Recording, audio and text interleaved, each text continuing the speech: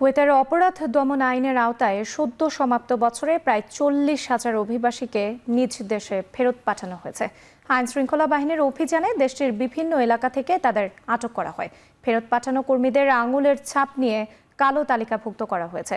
দেশটির আরব টাইমস এক প্রতিবেদনে জানায়, আটক পরবর্তী নিজ দেশে ফেরত পাঠানো 39,487 জন অভিবাসীর মধ্যে বাংলাদেশ ছাড়াও ভারত, ফিলিপিন ও মিশরের নাগরিক রয়েছে, যারা দেশটিতে আবাসন আইন লঙ্ঘন, পলাতক আসামি, মাদক বেচাকেনা, ভিসা বাণিজ্য, অবৈধ ব্যবসা পরিচালনা ও পতিতাবৃত্তির সঙ্গে জড়িত থাকার অপরাধে ফৌজদারি মামলায় আটক হয়।